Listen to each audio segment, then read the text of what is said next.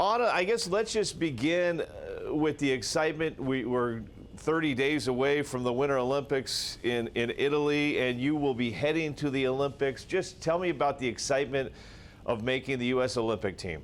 Oh gosh, I mean, the excitement is still super high. It's been about a month now since we qualified to represent USA Skimo at the Olympics, but it still feels like pretty surreal and it hasn't really set in. I keep waiting for it to feel real and it just doesn't yet. So I'm super excited. And you are a phenomenal athlete. As a kid, did you ever have Olympic dreams? Was this something like you watched the Olympics? Did you think about going there ever? Oh yeah, I mean, I was a big like Olympic sports fan all the way through my whole life, and I've watched, every iteration that there was. But it's funny for it to be happening for a sport that I didn't really foresee. Like I've been backcountry skiing my whole life, so skimo isn't that far of a jump for me. But it wasn't an Olympic sport until this year, and so it was an opportunity that I didn't even know that I was going to have. And now suddenly it's just like playing out this way, which has been really cool. We'll get into your hometown of Jackson, Wyoming. We'll get into Brooks athletes, the University of Washington in a sec, but to wear that American flag, to represent the United States of America on the world's biggest sports stage, what is that even like? I mean, it's really cool. I think there's a special thing about the Olympics just in general where it feels like it's about a lot more than yourself. There's a lot of things you can accomplish in your sport career, but those things like often feel like, they're just like one performance in isolation or something like that. And getting to go to the Olympics, it feels like a validation of like all the people who have contributed to your athletic journey. I mean, I've had people reaching out to me who I haven't spoken to in 10 or 15 years who were a part of it from the very beginning, coaches that I had in youth sports way back when I was super young, old family friends, people I went to high school with. And it just feels like it's so community oriented.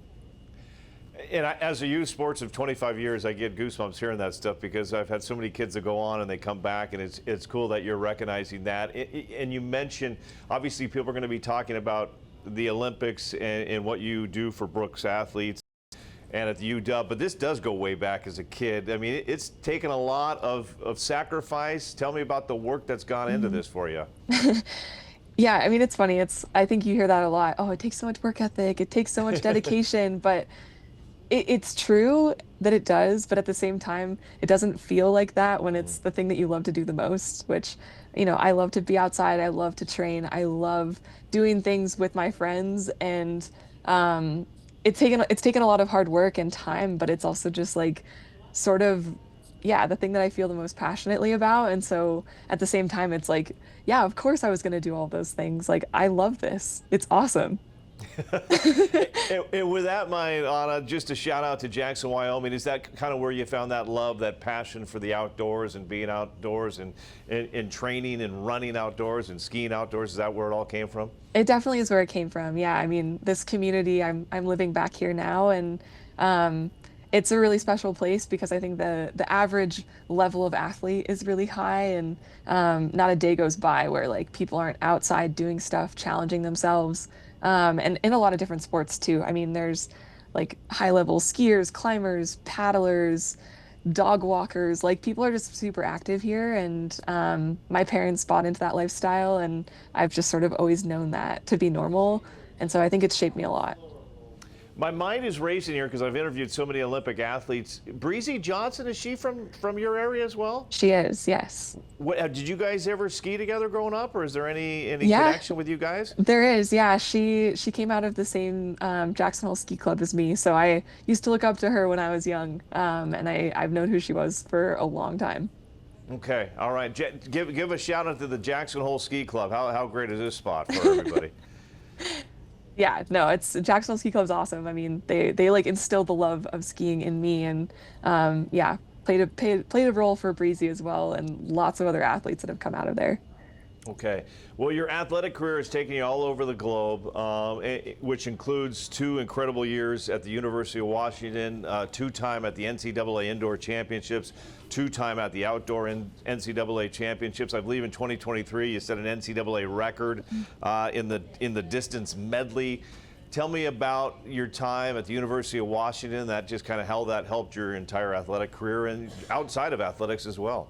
Yeah, I mean, UW was obviously really pivotal in my sport life. I spent 4 years there. I mean, I think, yeah, I had a super strong team and a really cool experience getting to race in the NCAA. And while I'm not like doing track right now, I think just like falling in love with sport and just like knowing myself better as an athlete and kind of honing like the competitive skills that it takes to be an elite athlete. A lot of those things came from my time at UW, and Seattle was also just a really cool place for me to train as a college athlete because while I was going to UW, I was also like able to go drive up to Snoqualmie Pass and like Mm. do skimo intervals in my spare time and go backcountry skiing and go ski at Crystal Mountain. And I was kind of able to like experience the things that were, available to me in that environment. And it was just a really cool opportunity to like get to have, the D1 college experience that I wanted competing in the NCAA and also be able to like kind of keep living the lifestyle that I had growing up in Jackson and get to ski and explore in the outdoors. I'm just amazed that you were able to be a Division I athlete at the UW, one of the best track and cross country programs in the country, and then also have time to go skiing. that takes a little balance in your life, doesn't it? There. It definitely does. And yeah, it also takes a lot of trust. Like I think over time, yeah, the program at UW like became a really good fit for me as it Hmm. like allowed me to do that because I know that's not everyone's experience in the NCAA. And I think it just like fit who I am as a person, like allowing me to do that. There's a phrase, iron sharpens iron as we sharpen each other, UW. But when I was in Paris at the Olympics, there were so many former UW athletes there, and a lot of them in that track and field program, a lot of crew. So there's a lot of Olympians that have come out from the UW. Did you find yourself getting pushed from your fellow athletes at the UW as well? Oh, for sure. I mean, that team is so deep and so competitive. Just getting to be in the top seven and like get to race at the NCAA championships for cross country was a feat in and of itself, just because the team was so competitive. And, any given day showing up to training, you had to like, find your place in the team. It was never like there was one person who was consistently winning and someone who was consistently out the back. It was like every day it's different. And we were all really pushing each other and like, yeah, kind of it very much taught me that a rising tide does lift all boats. Like everyone's Hmm. just doing better when, the level is that high and you're challenging each other.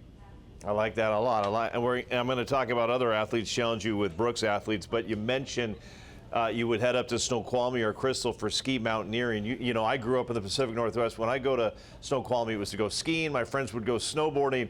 Ski mountaineering was not in my vocabulary. Tell me first off, tell everybody what ski mountaineering is and how you got involved with it. Yeah, so skimo is basically like a combination of Nordic skiing and downhill skiing. So you are on backcountry touring equipment with skins on the bottom of your skis, and you ski uphill, and then you rip your skins off, and then you ski downhill through gates. And so it's kind of just this like crazy competition of, endurance. Like it takes a very high VO2 max. It takes a lot of like physical strength. And at the same time, it's also like a lot of skill because going through these transitions of taking your skins off and putting them back on, or taking your skis off and putting them on a backpack and running, you're going through all these different phases all the time. And the transitions happen really, really quickly. And so you have to like hone the skill of doing those things in a number of seconds while you're also like breathing really hard. And on top of that, you also have to be a good downhill ski racer and be able to ski through gates. Sometimes there's a jump in the descent, sometimes there's like rollers at the bottom. Um, and so it's just a really fun competition of like a lot of challenging kind of like physical and mental skills. With all that said, is it kind of crazy to think like this is just perfect for you though? Like you were meant for this sport. It seems like. Well, this is why I started doing it. It's because I basically got recruited by my friend Cam, who Cam Smith, he's the my relay partner for the Olympics. And he came to me with this idea that I should get into skimo racing in June of this year and like of Wow. 2025. And so he yeah, he just saw potential in like in me, given my sport background and how I grew up in Jackson. Because I've raced Nordic skiing, I've raced downhill skiing. I'm a professional trail runner full time. And so, if you were to describe somebody who had the skills to be good at this crazy sport of skimo, it would kind of like, yeah, be describing my athletic background. Wow. So June of 2025. So when we go back to like your time at Jackson, Wyoming, or Snoqualmie, or Crystal, you're doing Nordic skiing and downhill skiing at that point, basically, right? Yeah, and like Yeah. a lot of backcountry skiing as well. And I had kind of had this thought in the back of my head that I might race skimo at some point, but I just hadn't done it yet. And I basically was just using it, like I was using that sport as a tool to train for running for the Ah, last like 10 years. But I just like hadn't made the jump into competition yet. Anna, so cool, so cool. Like I said, I've interviewed a lot of athletes, and Brooks athletes have produced some world-class Olympians that I've had the pleasure to get to know. Take me through that journey of your life, how you got involved with them, and how much that has helped your athletic career. Gosh, I mean, Brooks has been so crucial to this whole process for me. Which like might sound funny to somebody from the outside, like, oh, how is Brooks helping you be a better ski mountaineer? But Brooks has like afforded me the entire opportunity to like dream about doing this Mm, because like I said, I'm trail running full time now, and so I don't have another job, and I was able to have the flexibility to, like, on a whim, basically decide that I wanted to try and make this push for the Olympics and try and qualify with CAM. And so, yeah, being supported by a company that is like behind me 100% and has supported every idea that I've had like this about what I want to do with my athletic career has been so crucial. And so I owe so much to Brooks for, yeah, just basically backing me in everything that I want to do, and saying, yeah, like if you're excited about it, we're excited about it too. well, and with that in mind, I would think not only a company backing you, but this is a company that has expertise with Olympic athletes. How Mhm. key has that been? I mean, when they talk Olympians listen, how key is that to have that, I guess, that insight from Brooks? I mean, it's so key. Yeah, like they know exactly what this process looks like. Um, Maybe it hasn't been for skimo, but it's been, yeah, track and field and, a number of other sports also. Like Brooks is just um, very aware of what it takes to be at the highest level of sport. And they've like, yeah, just really rallied behind me in order to make it happen. So I'm very grateful. That's very cool. Very cool. Now, there's going to be a lot of people watching the Olympics like they do every year. Ice skating, downhill skiing, obviously, are going to get high ratings. But for anybody watching, why should they watch skimo? I mean, I think that skimo honestly is going to be a hit for the TV because it is ridiculous to watch. Um, it is such a brutal sport. It is so hard on your body, and I think that you can see that and feel that when you're watching it. Um, I'm sure like the filming will also be like really cool because basically like the format of the event that is in the Olympics is one that you can watch the entire race like from the stands at the bottom essentially. Like it sounds crazy, but it's like it's almost like watching a track race where it's all playing out right in front of you. And so I think it will be fairly easy for spectators to like watch and follow and get the hang of, Okay. even if it's completely new. But it's exciting and like the race is very condensed. It's a relay, and so it's going to be switching back from like women to men, back to women, back to men. How many legs on the relay do you do? There's four legs total, and I Four do legs? two. And so it's like, Okay. yeah, it alternates the woman and then the man back and So it's forth. basically you start the relay, first one down wins. Is that basically in the end of Hmm. the four legs? Oh Yeah, wow, this is going to be fun. yeah. It's going to be a lot of fun. Oh my goodness. Okay. I got to ask, are you going to be? Are you in Cortina? Or are you going to be in Milan or somewhere else? I will be in Bormio. Oh, Bormio. Hmm. Oh my gosh, this is good. What are you going to be doing the opening ceremony in Milan, or are you going to be in Bormio for that?